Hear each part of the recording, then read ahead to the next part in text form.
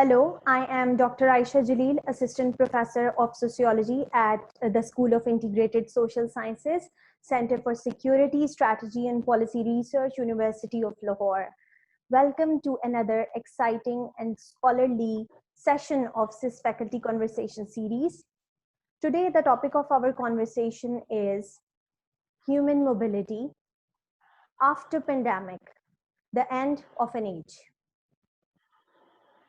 Surely this is high time to talk about the post-pandemic condition of international human mobility and migration. The restricted human mobility leads to societal disruption and productivity losses. The implementation of lockdown and border closure policies have resulted in a threat to economy, trade links, and tourism internationally. So as we all know that the pandemics are inherently uncertain, but we cannot deny the importance of the fact that the international human movement is at the heart of globalization processes. The most unpredictable impact of this pandemic would be on the education sector, as I see it when I analyze the current situation. So to speak on the topic today, I have been joined by Ms. Rida Riaz from Monash University, Australia. Currently, Ms. Rida Riaz is residing in Canada. My guest speaker is a very sophisticated and refined social scientist. She is specializing in migration studies. Presently, she's working on her doctoral research on marriage migration and the integration of Muslim women in the Europe and Canada. She is also affiliated with Brussels University, UK. In addition to her academic role, she is a 21st century core skills and leadership trainer of British Council, UK. Previously, she has also attended European University Institute Florence. So a very impressive profile and a very knowledgeable person I have with me. So let us see what she thinks about how this is going to be an end of an age. Ms. Rida Riaz, very, very warm welcome from me. Thank you so much for joining in. Over to you now. Thank you, Aisha. Thank you so much for your kind words. And it's a pleasure to participate in this conversation with you. So since you talked about how this COVID-19 and pandemic is greatly influencing the ways migration is going to be in future. So as you mentioned, the age or end of an age. So I would briefly like to highlight the age of migration, which basically started after since World War II, when the Western countries, they were greatly in need of labor force. So this period has basically been an age of migration when global population movements became more extensive, and they were key to social transformations, not only in the Western countries, but also the emigrants countries as well. And we witnessed a large scale movement of people from global south to the global north to fill the shortage, the labor shortage. And according to the United Nations, the migration flows, they grew globally from 2.6 million in 1950 to 20.6 million in 2010. So it is, as you can see, that it is growing. I mean, still, because there is a demand for labor in countries, even the traditional immigration countries such as Canada, Australia, and New Zealand. But the shift has been moved towards more skilled labor rather than just unskilled labor. However, the question is that since then, I mean, there have been more changes in the global financial things as well. There was a crisis globally, economically, and now we are facing an almost total lockdown on human mobility and migration. And the governments are trying to combat this pandemic. However, it poses key challenges to the future of migration and human mobility, which I'm going to briefly address in our conversation. The first challenge is, and most people think about or ask this question in migration research, that is it going to reduce, I mean, the countries, the developed countries, are they going to need less labor migration? So, I mean, if we look at the current trends, then unemployment has increased globally. And what if we look at the Western countries, the developed countries who attract a lot of migrants from developing countries such as Pakistan, they have also witnessed a drop in their businesses, such as retail, industry, and of course, it is going to impact the flow of labor migration as well.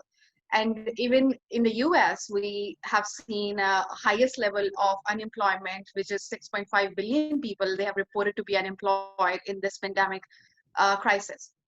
And of course, such high unemployment rates will depress demand for immigrant labor. However, if some of the firms who survive from this depression and the crisis, if they come out of this crisis, they will prefer native workers rather than immigrants. And due to some political pressure, since as most of us have seen and witnessed the rise of populist movements in the US and in other countries as well. So these pressures will also lead to restrictive labor policies and a less demand for labor migration. And but at the same time, as we have witnessed that some businesses have suffered more than others. For example, manufacturing, retail, and tourism, they are the most affected ones.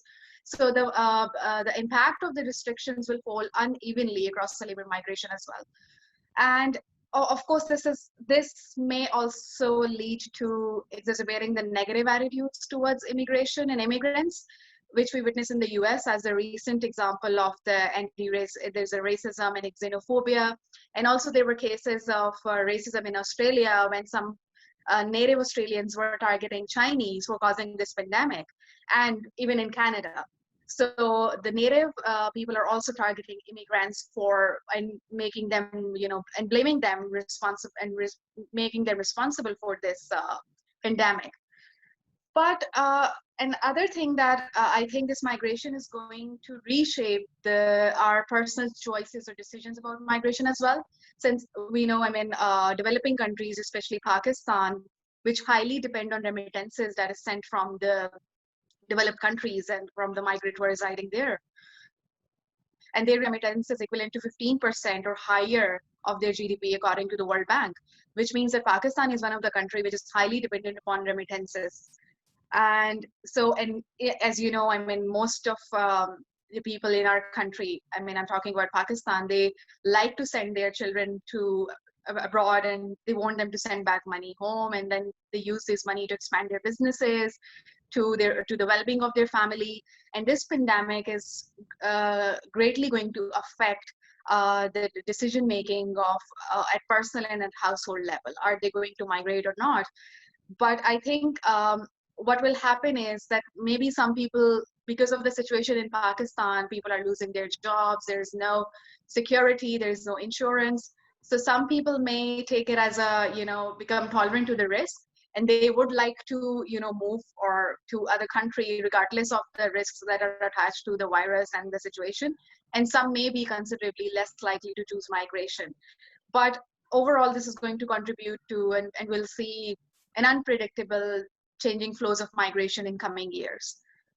And another challenge, which I think, which is always there, is that all of this economic crisis and unemployment is going to contribute to anti-immigrant sentiments as well. Because as Susan Carlin puts it, she's one of the scholar who's working at Monash. She wrote about racism, and she said that racism and recession go together, which means that unemployment and economic downturn often goes hand in hand, and with increased anti-immigrant sentiments. So during this crisis, we have seen the resurfacing of the old myth, the myth that immigrants, they are stealing our jobs, or they just, laze around on unemployment benefits and they just take the benefits from the government. However, this may not be true because the empirical research is quite fragmented on this in this field, and it is inconclusive. So we cannot conclude by saying that yes, immigrants, they don't work and they just rely on social benefits. As such, in countries such as Australia and Canada, we have seen that immigrants are the ones who are doing the most important jobs as compared to the natives.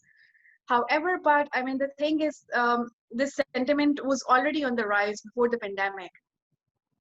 As the examples that we have seen in the US, in Canada, especially related to Muslims, there was always the negative stereotyping or attitudes towards them. But this pandemic has exacerbated this racism and anti-immigrant sentiments worldwide. And which I think this anti-immigrant sentiments and the crisis, the economic crisis, social crisis, it will all lead towards restricting the migration policies. And in this situation, the governments are likely to restrict the migration in their countries. Although, and the other interesting thing which I recently came across is that in the US, they recently, under Trump administration, they recently thinking to send all the skilled workers back home, and they don't need migrants anymore because they want to give the jobs to their own people, to their American people. So, I mean, and this has also happened in the US when the Trump started building border walls and restricting Mexican and calling them that they are rapists and murderers, and restricting Muslim migration as well. So it's interesting that most of the countries, including Canada and some European countries, they are going to use this pandemic as a health concern and going to put more restrictive policies to immigration, and specifically from Muslim countries. And I mean, another recent example that I would like to quote here is that the US temporarily for the Green Card program, and the administration is now targeting the visas that allow graduates of USA universities to remain and work in the country, that they are trying to cut their, restrict their working conditions and to not allowing them to stay in the country anymore if they are studying or working.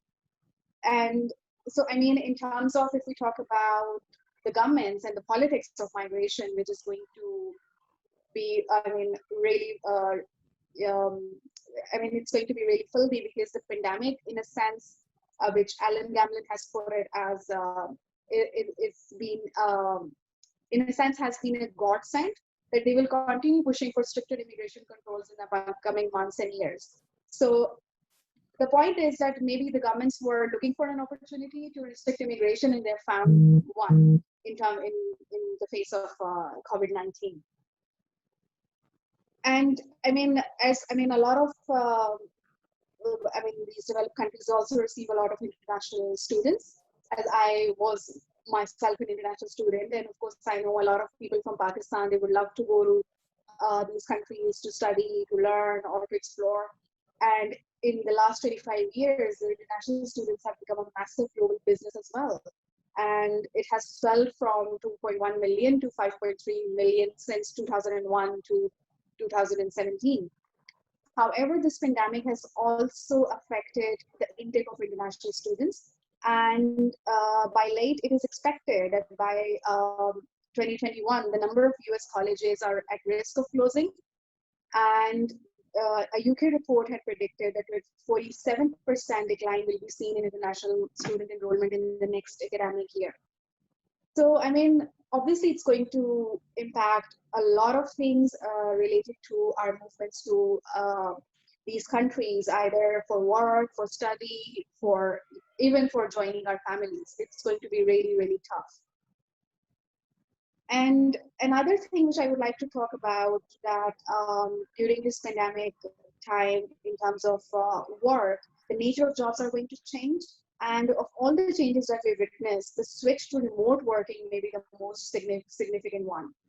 And since we both are even talking on Zoom, and in April, the Zoom they announced the Zoom app announced that the 50% they have seen 50% increase in their daily users.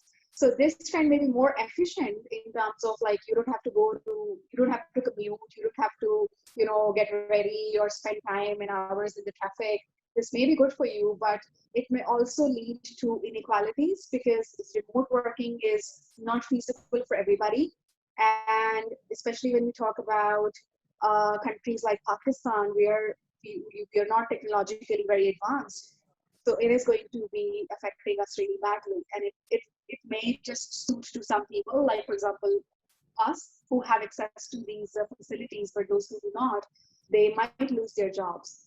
So I think this pandemic is going to result in changes in the nature of jobs and the work-related mobilities as well.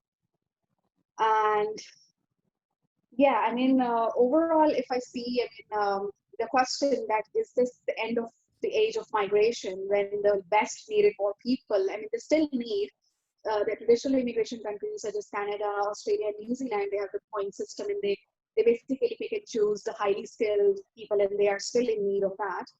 But at the same time, there is a rise in Islamophobia and populism and in the government politics. So this they might use this as an excuse to cut the immigration flow. And so the question is this the end of the migration age? I think the global economy is highly dependent on migration. So as if we want to restore the economy, both in developed and developing countries, then the migration has to bounce back. However, the real question is that do we really want to go back to normal?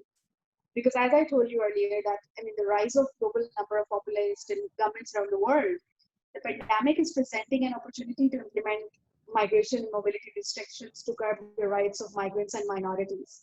So I would just like to quote historian Margaret Macmillan here, who said the pandemic represents a turning point in world history because we face a choice. The choice is either we build better ways of dealing domestically and internationally with this challenge, or let our world become more meaner and selfish, divided and suspicious. So it is, I mean, it really, we can't foresee what will happen, but it is likely to be worse, especially if we talk about US and Australia and some Middle Eastern countries as well in terms of migration. And it is greatly going to affect international students and their mobility. Yeah, thank you so much for this very enlightening talk. Now let us proceed towards our Q&A. So my first question for you, Rida, is do you think that the need for labor migrants would reduce after the pandemic? Yes, of course it will. As I just told you about, I just gave you some examples that the unemployment is on the rise at global level. So it's not just the problem of Pakistan or developing countries, it is an overall problem since we witnessed a global financial crisis. So all people are already losing jobs even here in Canada. And however, the thing is that because these countries are more developed, so they have some programs for their unemployed workers. But still, I mean, it is going to reduce. And, but again, it depends upon the nature of the work and the labor market. Like maybe for some, there will be new jobs, there will be new kind of jobs, but the old ones, for example, the industry, the retail, and the tourism, they are going to be affected, and maybe these countries may no longer need migrants in these sectors, but they may need people in technology, in research, in development. So if we cannot say that, okay, no, they don't need immigrants anymore, but it is likely to reduce, or perhaps it may open up opportunities for other jobs and other sectors. Because as you, I don't know, but maybe you've seen the news that a lot of retail shops are going to close down in the US and Canada and in Australia, which means a lot of people are losing their job because the entire work system is going to shift to online, remote working or working online. So this may open up opportunities for those who are highly skilled, and it may lead to some inequalities or people to disadvantaged position who are not able to do online working or remote working or, or are not highly skilled. So maybe the migration would be for highly skilled people and not for those who are semi-skilled or medium skilled. All right, Rida, I think I agree with you. So keeping in view the American racism and the recent pro-refugee events in Australia, would the anti-migrant sentiments rise, leading to the increase in the immigration restrictions? So please comment on this point some more. Yes, I mean, since the US is leading in this racism and xenophobia and even in Islamophobia, so it is likely to be to affect immigrant sentiments. Because I mean, as I told you earlier, that when we talk about unemployment actually leads to and contributes to negative sentiments towards other groups. So since everybody's losing their job here, so especially we have seen that there's an old mantra that, oh, immigrants come here and they just take our jobs, and some say that no, they don't work and they just laze around on the government benefit. So I mean, there is this myth revolving all around the world, and there is some evidence as well that support this, especially in the case of UK, where we see low skilled workers and some don't work, and that's true. But at the same time, we can't be conclusive about it. And yes, immigrants are not good they are not good for the society and they don't work and stuff like that. But this has, I mean, the anti-immigrant sentiment was already there. So it is not something that is new. It was already there. But this situation, this crisis has contributed to or exacerbated this attitude towards immigrants. And which has led to restrictive policies in the Europe, for example. And now it is going to take place in the US, and Canada is also in the process of thinking or revising its migration policy, especially targeting Muslims and refugees. So I must say that this is not something that this pandemic has created, but this is already there. But this pandemic has, contributed to, Yeah. yeah. All right. So tell us about the international student intake by the universities. What is the impact of pandemic on the admission intake, and how the higher education institutions will change? Uh, since this pandemic, a lot of universities are working remotely, so they are delivering their lectures online. As far as I know, here in Canada, the international student intake has reduced. However, because these countries, they highly rely on international students in terms of the fees and it has become a business as well. But the point is that, and governments are not taking it very seriously as well.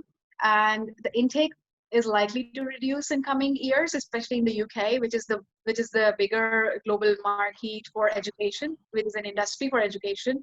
Whereas in the US and Canada, the government, actually most universities are publicly funded.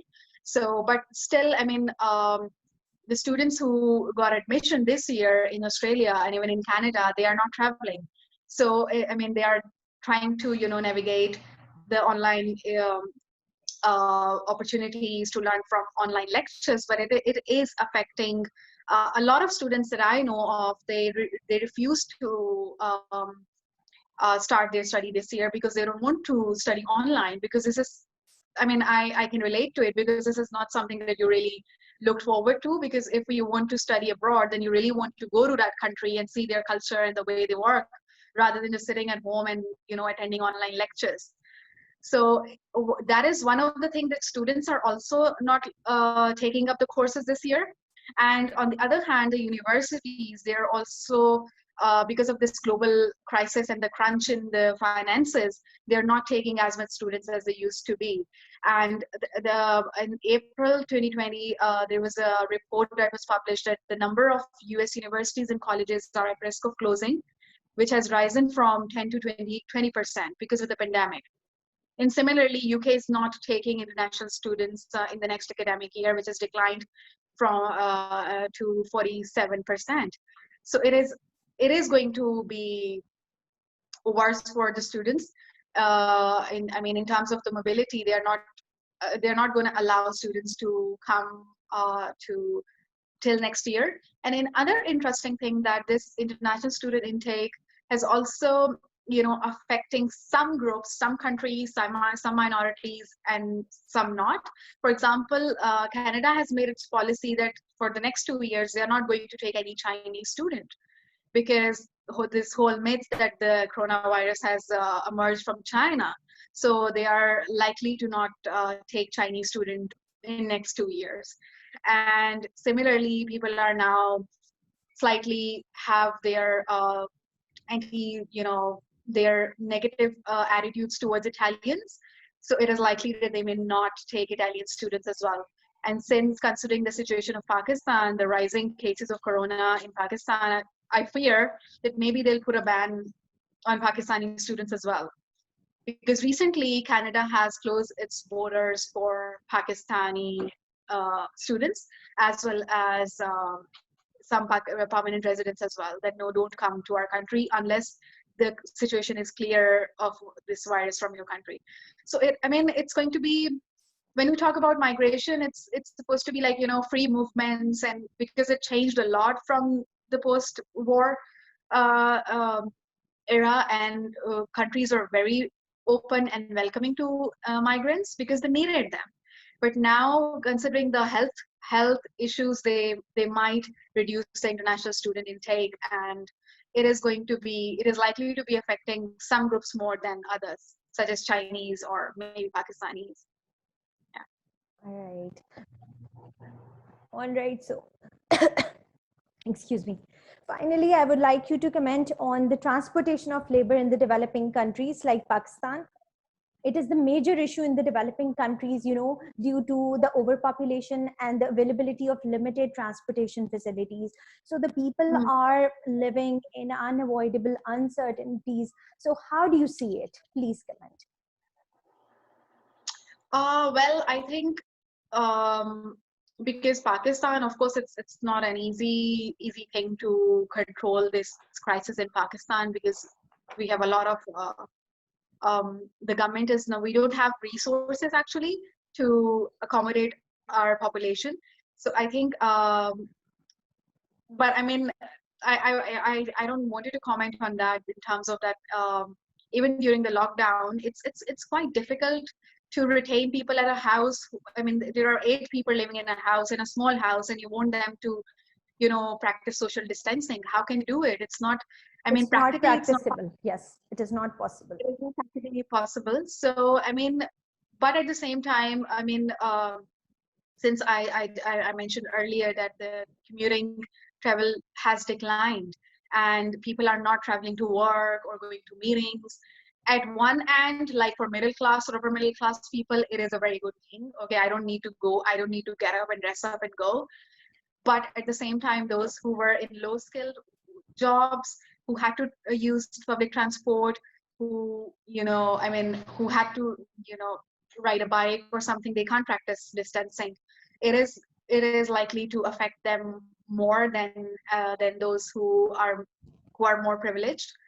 So I mean, but the point is that in terms of Pakistan, it is really hard to implement any sort of policy that the West is considering in terms of the restrictive transportation, because here the buses have been. I'm sorry, there's. No problem. No problem. It's okay. You please continue. Yeah. So here, I mean, they're practicing the distancing by, you know, putting some stickers between 2 seats and all that, because I mean, and people are not actually going to work. But in Pakistan, this is not possible. So I think it is going to be, since we've seen a rise in the crisis, a rise in the cases of coronavirus. So I fear that, I mean, maybe the Boris Johnson idea of herd immunity, that may work in Pakistan, since when everybody is going to be infected with virus and overcome with it, only then Pakistan can survive. Yes, God forbid. definitely. But I mean, yeah, because otherwise, countries with so much population, it is really hard. It is hard, and especially people who are not even aware and they consider the virus as something, you know, a conspiracy, and they don't consider it a Yeah, real thing. yes. It becomes more harder even for the government to, you know, develop any strategy to combat this crisis. So, Rida, thank you so much for very enlightening comments. And I think it is going to be a very useful account for my students. So, here we must end our conversation. Thank you so much, Rida, for joining in today. I truly appreciate that. Right? Thank you so much, Aisha, for having me. It was a pleasure talking to you, and I hope your students might um, think about migration, and if they really wanted to migrate to another country, they need to revise their decision, because the situation is going to be pretty bad in coming years. All right. All But right. it is not, I mean, it is not going to be really bad. It may rebound, but we need some time to consider how migration is going to shape in the ways it's going to shape itself. So let's hope and wait for the time to and how the countries overcome Let the this. things be normal. All right. So Yeah, thank you, I really everyone. want them to be normal. Yeah. Yes. All right. Thank you, Rida. Thank you so much. Thanks, everyone, for watching. See you in the next couple of conversations. Till then, goodbye. Okay, bye bye. Bye.